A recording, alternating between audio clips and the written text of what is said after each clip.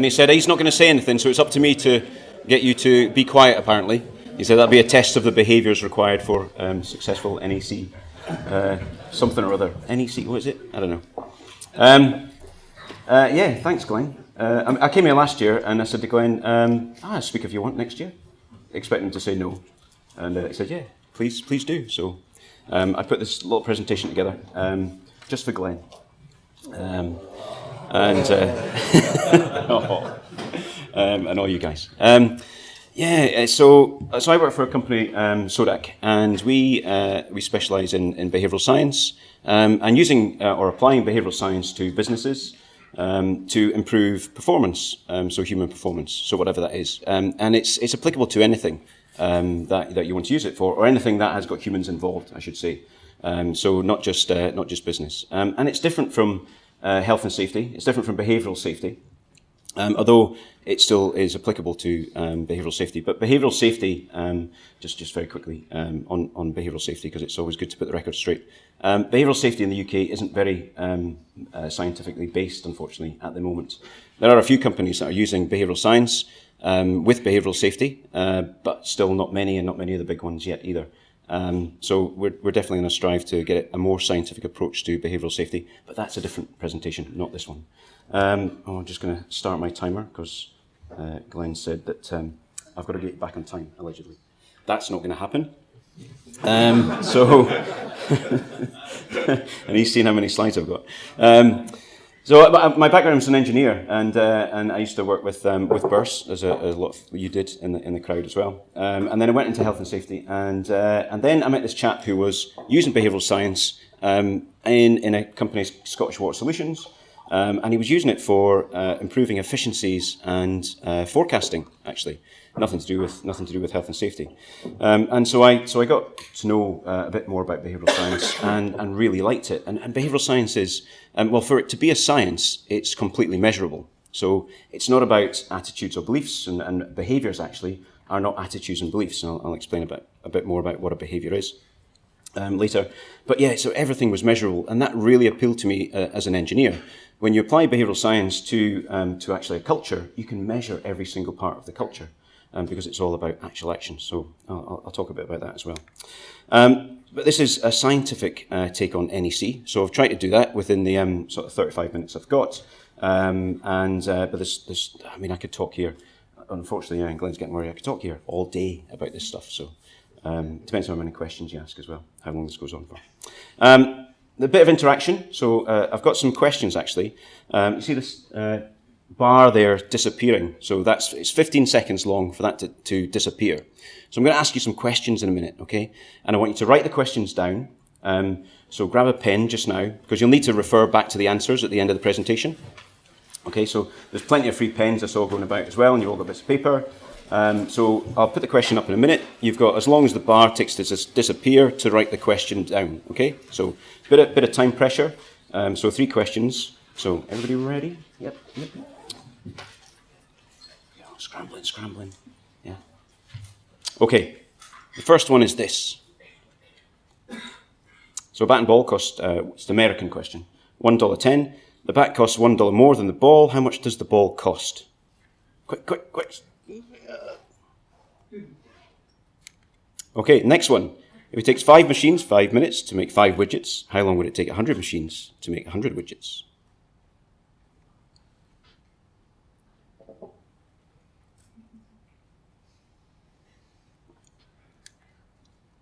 And in a lake, there is a patch of lily pads.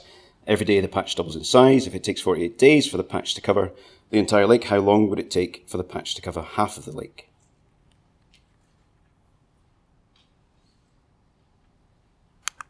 Okay. Right, so we'll come back to those. So just answer. You're meant to answer what you think, okay? So just get an answer down. And we'll come back to those at the end and see how many of you got those right and wrong. Okay, we'll look at both of those. Okay, so scientific take on NEC. So I had to do a bit of research for this because although I used to be an engineer, been out of it for a while, and certainly actually was involved with Burst. Did one of the first jobs on NEC, which is Aberdeen Airport, which was famously disastrous. Not as disastrous as the trams, I might add, which was one of my last jobs working on as well. So yeah, now it's a far greater life. So I had to do a bit of research for this talk, and this is what Wikipedia came up with, because that's the best place to go, of course, when you're researching stuff. So its use stimulates good management of the relationship between the two parties to contract, and hence work included in the contract. And it can be used in a wide variety of commercial situations. Yes, yep. And it is clear and simple document using language and a structure which is straightforward and easy to use, or understood rather. Anybody disagree with that? Any of the experts? Is that kind of the spirit of it, sort of thing? Yeah? Easy, clear? Yep. So I also did a troll of all the LinkedIn comments on the site. And one of the biggest comments, or one of the biggest discussion points, was a question from John. And it was 23 people had commented on it, and it was about the inconsistencies in the language of the contract. Okay, that was one of the biggest discussion points, followed by risk management and program acceptance, I think. Probably see, Glenn, I did read the LinkedIn stuff. So maybe it isn't as clear as we think it might be, and actually applying behavioural science to this can help understand why that might be as well. So with all this, with the greatness of NEC3 and all the revisions and everything, and how wonderful it is, we're still managing to have the longest claims, apparently, according to Arcadis. The longest, this is a graph showing the time spent sorting out construction claims worldwide. And then you can see for the UK, it's not that good either. It slightly dipped in 2015, it is slightly getting better. And the size of the claims as well, size of disputes are also increasing as well. And Arcadis cite these as the top 5 reasons for disputes in the world of contracts. So it's not just for NEC, but it is for construction contracts. So failure to properly administer the contract is that top 1. Okay, so I thought that would be quite interesting to have a look at the behaviours that are required to properly administer a contract, and what would that be? So first, I thought I'd tell you a bit about behavioural science, though, to get that in there, of course, as well. And it's very important to understand that a behaviour, as I said at the start, isn't an attitude or a belief. It is actually, it's best to think of it as an action, right? So a behaviour is what we say and what we do. So the words that are coming out of my mouth just now are behaviours. So that's verbal behaviour. The kind of actions I'm doing with my arms, the pressing the clicker button, things like this, is a behaviour. You are all behaving at the minute. You are sitting down. Some people are pen in mouth, some people arms crossed, some people legs crossed. All those are measurable behaviours. Yeah. So behaviour isn't an attitude or a belief. A behaviour is an action. So if we break it down like that, that's actually what we have to do to make it a science, because it then can become measurable. But then we can also look at what are the successful actions that are required to successfully administer the contract. Okay. So now we start to get into something where we could actually use, okay, the actions, what are the actual actions that we could use to successfully administer the contract. So behavioural science goes back, obviously as long as humans exist, and animals. So behavioural science is the science of humans and animal behaviour. This is a guy called B.F. Skinner. He was one of the, if you like, the most prolific scientists in behavioural science research, and it's what most of the stuff is founded on nowadays. He died in 1990, and lots of his research, though, is still used now as the basis of the rules that surround how we actually behave.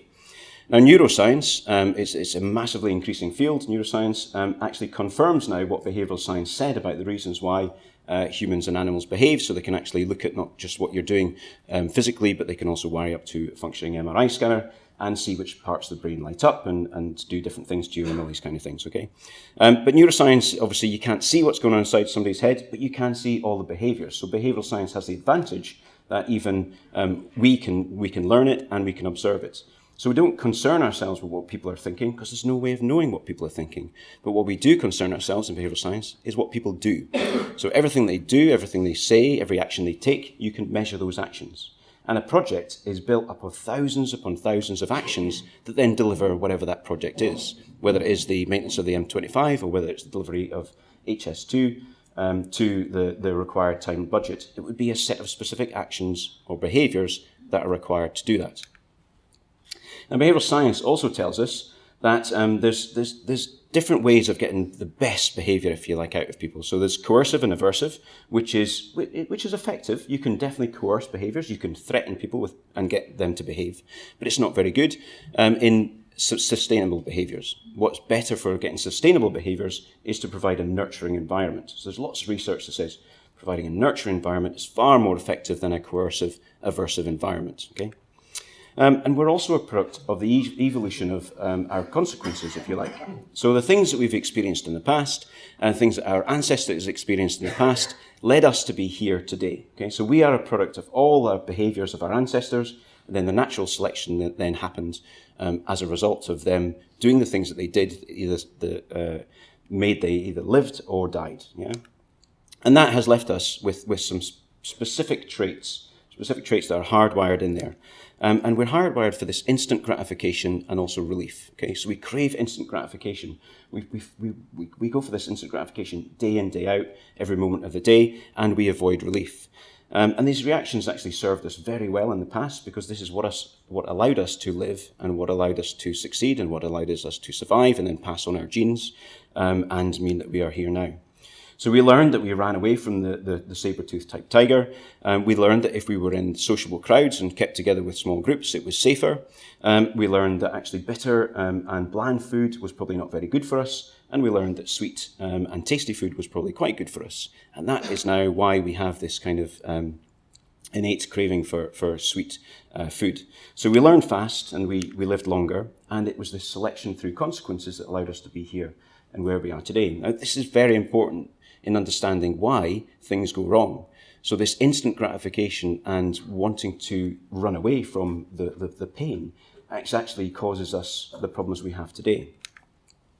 So we crave the sweet food, and we avoid fear like the plague, because it's hardwired into us. And I'm sure you've heard, that people also talk about that's what the brain is still hardwired for that saber-toothed tiger, but we don't have that nowadays, of course. But we have other threats that still spark the same chemical reaction in our brain and mean that we'll avoid fear. Okay, so if we just bear that in mind for later on.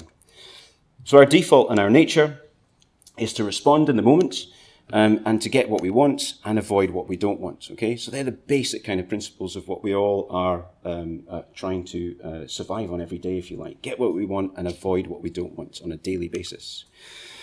The research has shown that we've kind of got two systems. Now, it's not really two systems, it's just a way of describing the brain, but we've got two systems in the brain. One is fast, very reaction, so that's the instant gratification, and the other one is a more processing, the executive function of the brain. So as our brain has developed over the years, we have had this ability to control our reaction. So we can control this instant gratification, but the instant gratification is still very much hardwired into us and automatic, if you like. So it's not that fast and slow are any better. In actual fact, you could say that slow is better. That's the more thought out, the more purposeful way in which react, and fast is the automatic reaction to something, okay? But fast is the one that happens first. And you almost have to train yourself, if you like, to not respond to certain situations, but you definitely can. But these things are hardwired into us. One of the most important findings, though, of the research in behavioural science was, and it's quite simple, but it basically says that we're a product of the environment. Okay, so what that means, we've heard the word environment said a lot today, but on a more kind of mechanical level, what a product of the environment means that actually my actions are a product of what's happening in the moment. Okay. At this very moment in time. So all your actions, all your behaviours are because of what's happening just now, not because of whatever happened this morning, not because of whatever happened yesterday. It's about what happens just now. So, ready? A very startled look on Paul's face there as I lamely chucked the bottle at him.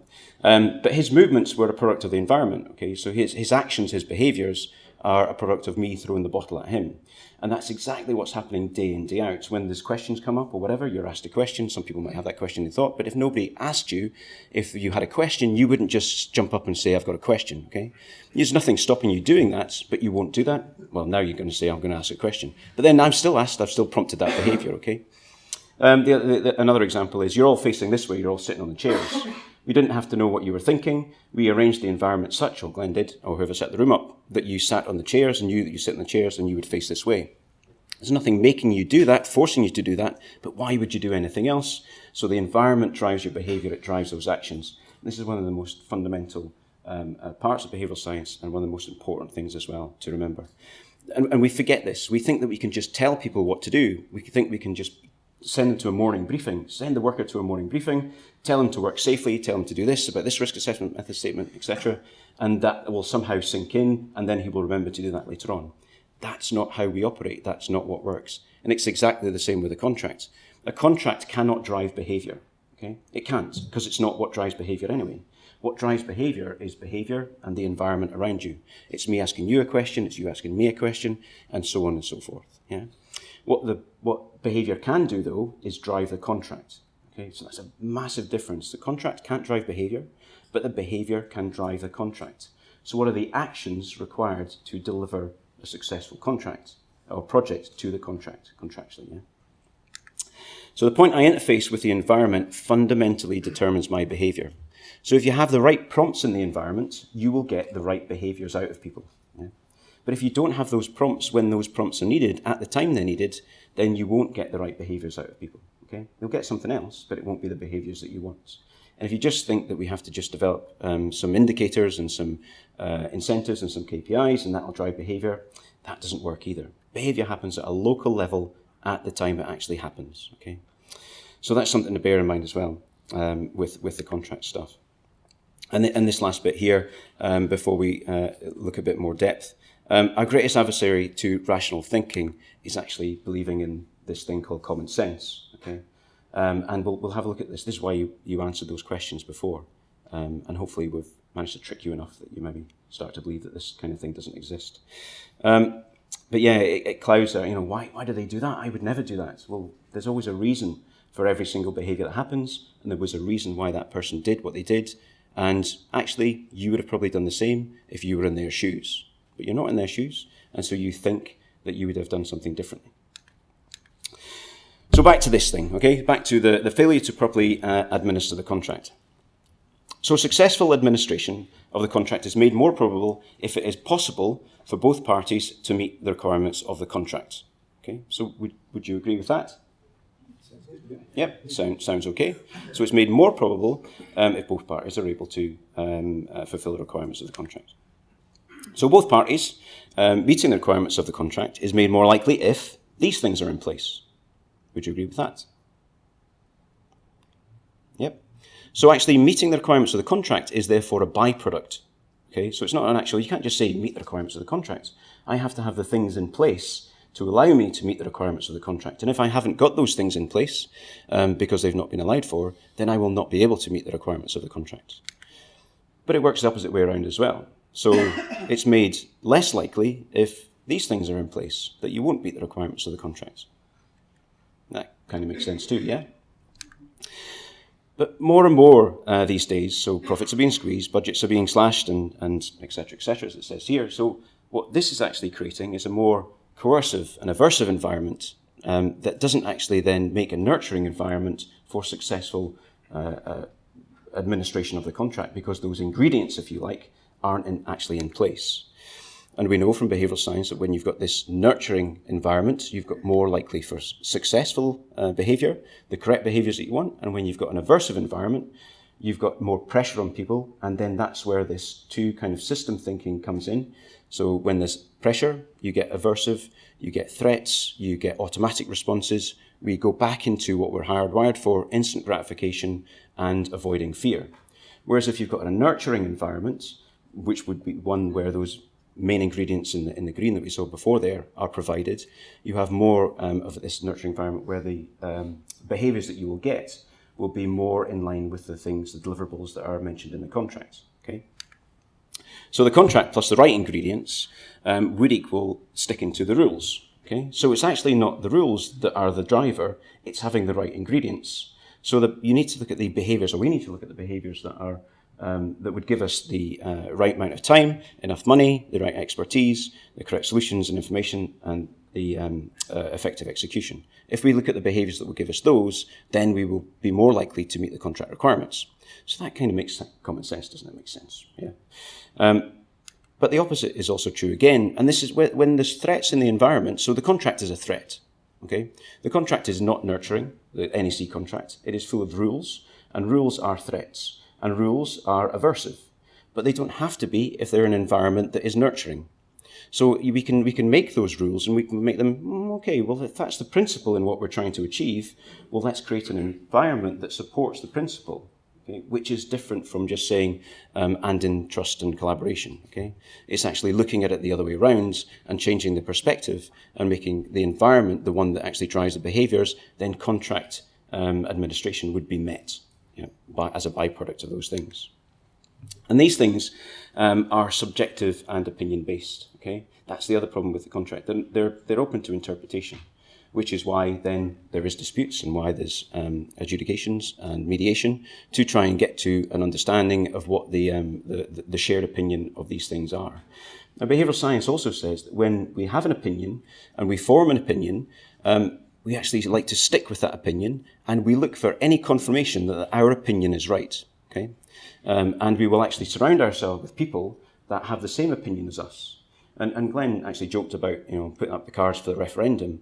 And I would imagine, actually, because you're a group of relatively like-minded people, that the voting would be more or less all, I don't know, 70% the same, because the people surround themselves with people who have the same opinion of them. Okay? Don't know if we're brave enough to actually test that. You all understand? We'll do a different test as well. So actually, I need a volunteer. Yeah. I think we've heard enough from Simon already, haven't we? No. Oh no, sorry, Simon. Yeah, you volunteer, Simon? No, sorry, you can stay there. So you can stay there just now. So I'm going to take a £20. It's a real £20. It is Scottish, I'm afraid, but it is legal. It is legal tender. Yeah, no, it is. And I've got 3 envelopes. Okay. 1, 2, and 3. And no, don't look, guys. The back there. I'm going to put it in one of the envelopes, and only I will know which envelope this is in. And then I'm going to ask you to choose one. Okay. Oops. Right. 1, 2, or 3. 1. Okay. I should have forgotten which one I put it in. No, it's okay. Right. So 1. So now we'll put that there. That's number 1, yeah? Yep. Number 1, yep. Can't hold it up because you can actually, you can see which things are in here. So I'm going to remove one of the envelopes, okay? So you've chosen this one, right? So there is a 3 and a 2 here as well. I'm going to remove number 3, okay? Now, do you want to change? Or are you going to stay with your choice? Yeah, fine. So, yeah. Actually, we'll let you guys make the decision. If you can put up your cards, please. And so red would be if you want him to stick with his decision. So if you want Simon to stick with his decision. And remember, he gets the 20 quid, by the way. Sorry, I didn't say that, but you get the 20 quid if you're right, yeah? It's your 20 quid. What you do with that afterwards is... are you coming out for drinks later on? I'm not allowed to accept it. Oh, no, right, so okay. Well, you can give it to charity or something. So red is stick. Blue is a change. So if you hold up your cards, please, and we can have a look. Oh, geez. What do you reckon? We're leaving. Yeah. I thought you said they were like-minded. Yeah, definitely not then, eh? Oh, God, that's quite difficult, actually, isn't it? Reds. Not many people like Simon, so they wanted to lose. Yeah. Red. So stick. That was definitely stick. You open it, tell us if you've won. Yes, actually won. Now has anybody heard of Monty Hall? Yeah. Right. So that's the Monty Hall game show quiz. So it has 3 doors, and if you do this often enough, what the maths tells you is you should always change. Okay, so you shouldn't stick. You should always change because your odds are actually doubled. When it goes down to 2, you've got now double the chance of winning if you change. So if you do this over succession, if you do this 20 times in a row, you would win more times than if a person just stuck. Okay, so the maths tells us this.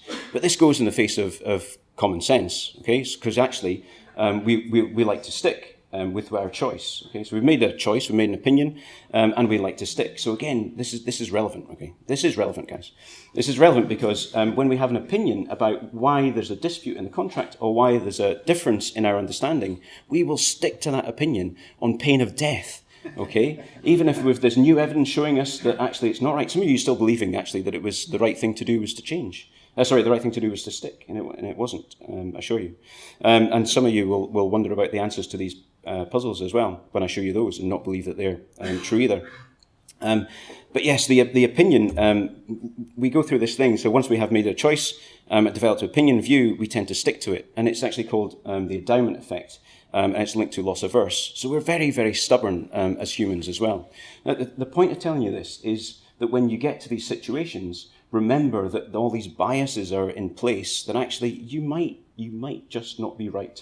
Okay, but you'll feel right, and you will do anything to make sure you're right. You'll surround yourself with the people that think I'm right, aren't I? Yes. And you'll phone your mother and say, I've been hard done to again, Mum. It's also that trying to find out others that have the same opinion is called confirmation bias as well, and it's happening to us all the time. We look for this confirmation that we were right. But if you imagine that on both sides, so both sides, the contractor and the client, if they're in dispute, are both looking for confirmation that they are right, okay? And they will hang on to their choice on pain of death. And having some understanding that this is actually not just a stubborn, but this is actually the way we are wired, can help us to perhaps understand other points of view and a different perspective when it comes to negotiating contract disputes. But mainly, successful project administration in an aversive environment, which is what you have if the contract hasn't been set up correctly or the project hasn't been set up correctly, and our natural programming are actually at odds. Okay, so because the NEC contract, any contract, is a set of threats. So if those threats are in an aversive environment, we will do everything we can to avoid those threats, and we will do everything we can to mitigate our loss, and that is not good for the project. Or for building a successful project either. NEC administration can also stimulate a fear response, okay? And in the very same way that actually a saber-toothed tiger would have done as well. I've got a quick video here, and some of you may have seen this already.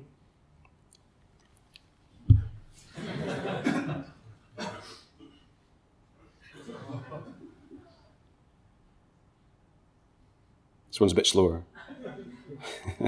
So what's happening there is that this is a bit of kind of neuroscience bit rather than behavioural science. But there's an input. Okay, so your senses pick up something that could be perhaps a threat. Okay, and this is hardwired stuff in. So this bottom route from the sensory thalamus to the amygdala is automatic. Okay, there's a higher route which is the process route, which goes through the executive functioning cortex, and that takes a little bit longer. But this automatic response to fear is something that we cannot control, and that's what the cat. So the cat thinks it's a snake, and it's been hardwired to think that over thousands of years of evolution. Now we are still the same though, right? And our brains operate in the same way. So a fear response, if you like, can be prompted by innate behaviour, as in that kind of automatic, or learned behaviour. So we can learn a fear response from something if we've been conditioned that way. So early warnings, right? So everybody says, early warnings, it's okay. Early warnings, we've got to use them in a way that's, that's okay. Well, actually, the contract still says that there's this thing attached to early warnings that are possible increase in the price, possible delay of completion, possible delay in meeting key dates, and possibly impair the performance of the works in use. So that's the reasons why you would raise an early warning. Yes? Sure. Yeah. So early warning raised equals possible change, equals possible pain, possibly I've fucked up, yeah, possibly we fucked up, and possible confrontation. Okay. So actually, early warnings are as fearful as a snake. It's okay, a bit of a laugh, but actually, if you're in a stressful environment, and the project is going up, yeah? So aversive environment, and you get early warnings. No matter how much you tell yourself, oh, it's okay, we're just following the contract, there's still a risk there that there's going to be pain at some point. Even more so if you've got a boss that's, doesn't want any more pain on his plate and wants everything to go away. So again, this is more advice of being aware that these things can actually be hurtful. They can stimulate pain. So as a contractor issuing early warnings, you are actually calling into doubt the work that has gone in by the client. There's a project that we were involved in up in Glasgow, and the client had spent 2.5 years working on the project. Then the contractor came in and just changed everything, yeah? And you can see he's physically hurt. He's like, it's been 2 years, And then you sit, and early warning. And it's like a stab in the heart, yeah? So we've got to remember this when we're doing this kind of stuff. So setting it up beforehand, if we're honest, avoiding it in the first place is obviously the best option. So the environment decides whether the early warning stimulates fear response. So if the environment is of a nurturing environment's been created by the client, by the boss, by the management, then early warnings might still sting a little bit, but they'll received relatively okay. An early warning in an aversive environment, though, however, will not be received okay, because it's a trigger for pain. And the success of the contract can be dictated by the environment as well, though. Okay, so it works both ways. So one of the things to look at is creating a nurturing environment without the pain, without the threats, and allowing the contract to be met because all the things are in place to allow you to meet the contract, rather than actually the other way around. And the client and the contractor are the main people that create the environment. The client more so because they set it up right from the start. So actually jobs that usually go wrong, so the Edinburgh Trams, for example, was perfectly designed to go wrong. It was perfectly set up so that those behaviours would be non-collaborative and that there would be a massive claim and it would be twice as much and half as long as it was. It was perfectly designed to be that way from the way the client set it up. And I worked for the client at the time. So this is a kind of a take on a bit of take on collaboration as well. So would the client say this: I will help the contractor deliver the job on time and make a profit? And would the contractor say this: I will help the client get the product that they want to the budget that they have? Would they actually say that? And if they did say that, then that's a pretty good job and a pretty good place to be. And that's the understanding of a shared goal. The illusion that we have to have one goal is an illusion, right? There's two goals when it comes to delivering a project. The client wants something and the contractor needs to make money giving the client that something. That's two goals, and if they have an understanding of the shared goal, then that's a far better place to be rather than believing there's just one goal. So, this isn't a very good stance though. I will use the contract to minimize my loss, yeah? Or I will use the contract to get what I think I am entitled to. But that definitely happens, okay? So that's in an aversive environment, so you could spot that. So nurturing environment would be the first one, an aversive environment would be the second one. And this is ego-driven, and it's from self-preservation. So the client could say this: I will feel pain if this costs me more than I have, and the contractor: I will feel pain if I can't get paid for what I do. Now this is okay, because this is an understanding of shared pain, if you like. So, okay, I definitely understand what's going to hurt you if you don't get what you asked for. So understanding of pain and fear actually is a good thing to have, and can then help us to relook at things and to reframe early warnings and those kind of contractual requirements that are there in place to actually help. So I will use the contract to help the contractor deal with change and uncertainty, and I will use the contract to help the client understand any change and uncertainty. Now, if those things are, and it sounds, it maybe sounds too simple, but if you were actually stating these as verbal behaviours, if the client is stating this: I will help you use the contract to help the contractor, to help you, the contractor, deal with change and uncertainty. And the contractor says this: I will help you, the client, use the contract to help you understand any change and uncertainty. That's a massively powerful thing. But then your behaviours, your actions would have to actually be aligned to that as well. So the things that you then said and did would have to be aligned with these two statements. But the use of the contract to achieve a shared goal is actually what could be achieved by the behaviours of the successful administration of the contract. And then that would take you back to that understanding of a shared goal. So just to wrap up, the successful behaviours, if you like, it's mostly around creating that environment, creating that nurturing environment rather than a coercive one. Because if it's a coercive environment set up from the start of the wrong amount of time, the wrong budget, not enough, whatever it is that you need to build the job, then the rules of the contract will be seen as a threat and will get you the incorrect behaviours. So it's all about setting that up from at the start, about having an understanding that I will have this automatic response if I feel fear, or if something's put in front of me that I don't like. So let's minimise those as well. So creating a nurturing path and supporting environment that will allow both parties to achieve their goal is probably the main thing that actually you could use behavioural science for to help successful contract administration. And understanding that the behaviour is driven in the moment, right? It's not driven by the words in the contract. It's actually driven by the behaviours of the people around the table. By my words get reactions from you that then get reactions from me that get reactions from you. And sometimes, if it's spiralling out of control, you have to remove yourself from the environment. That's the only thing you can do, yeah? So now, to see whether you got these right or wrong. So this is self-confession time as well. What I'd like you to do is, if you got them right, okay, so the answer to this one was 5 cents, okay? If you hold up your cards, please. So it's 5 cents was the right answer. If you were red, that means you're right, and blue means wrong. Okay, good, good, and most of you got that wrong. Okay, so that was good. What about this one? So again, red's right, blue's wrong. Bit more reds, but still mostly blues. And this one? John, did you get them all right?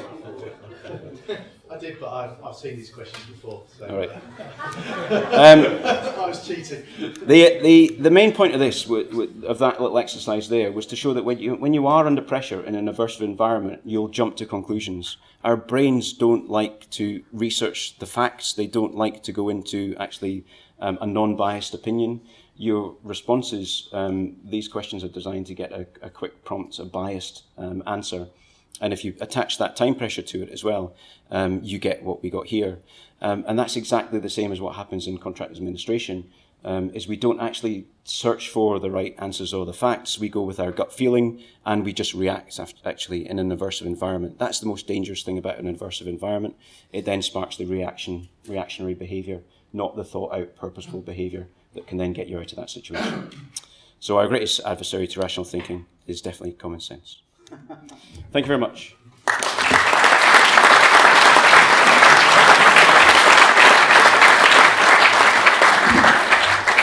And 35 minutes going.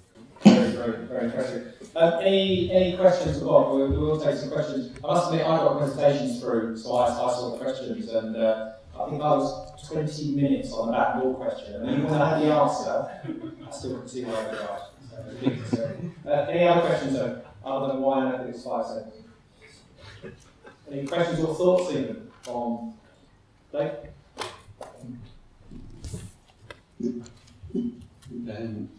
I support quite a lot of the ideas you come up and try and instigate quite a lot in the projects I deliver. But one of the things I would ask is, how do you measure whether you've got a nurturing environment within your project or the adversary environment? Because trying to get that is a panacea, and it's not always easy, because you're dealing with a legacy, decades of people working in a certain way.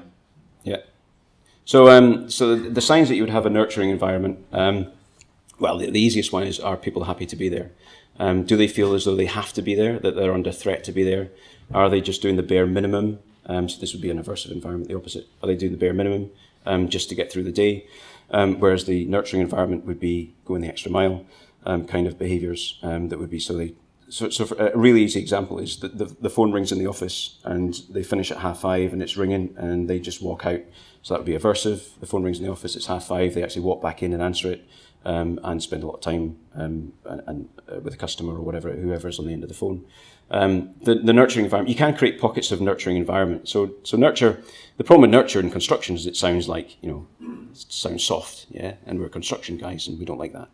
But in simple terms, you can create pockets of high-performing teams, and if you look at high-performing teams, they're usually a nurturing boss is there that is taking time to understand each one of those team members as an individual, understanding what pressures they're under, helping them remove obstacles to allow them to do the work, and his or her success is based on their success rather than the micromanaging, controlling boss that would be just demanding, dictating, all those kind of things. So even in a sea of pain, you can create pockets of nurturing environments with that manager who's then capable of just protecting their team and bringing out the best in their team, sort of thing. So it's very similar to that. Anything else?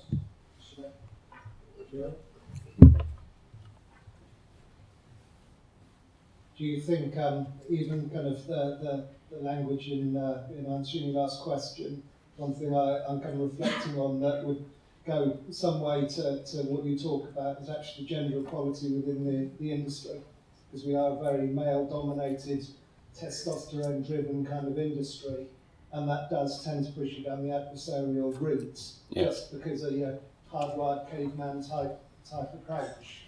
Whereas actually, if we got more women into the industry, do you feel that would help to maybe create some of those environments that you talk about? I think it probably would, yeah. There definitely is this. When you're up against something, it is that stubborn, the phrase "nobody wins a pissing contest" sort of thing. You have to stop. So that in order to stop somebody else's behaviour of arguing back to you, you have to be the one to stop. It's not if you continue to try and get one over on that person, then they will continue to try and get one over on you. So the only way to stop that is for you to stop yourself, which doesn't feel right either when you're in that moment. So the only way to stop that argument is to stop arguing. Well, hang on a minute, that means, but I know I'm right, yeah? But it doesn't matter if you're right anymore, because that's not what the argument's now about.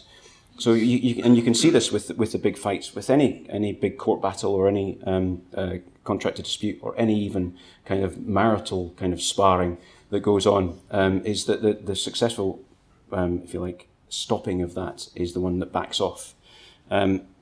So having more women would definitely change the perspectives, and there is lots of research shows about the emotional intelligence that men have none, and women have lots. No, it's not that. But there's a great book by a guy, Daniel Goleman, and he's done lots of work on. His book's actually called Emotional Intelligence, and it talks about how actually they're just different.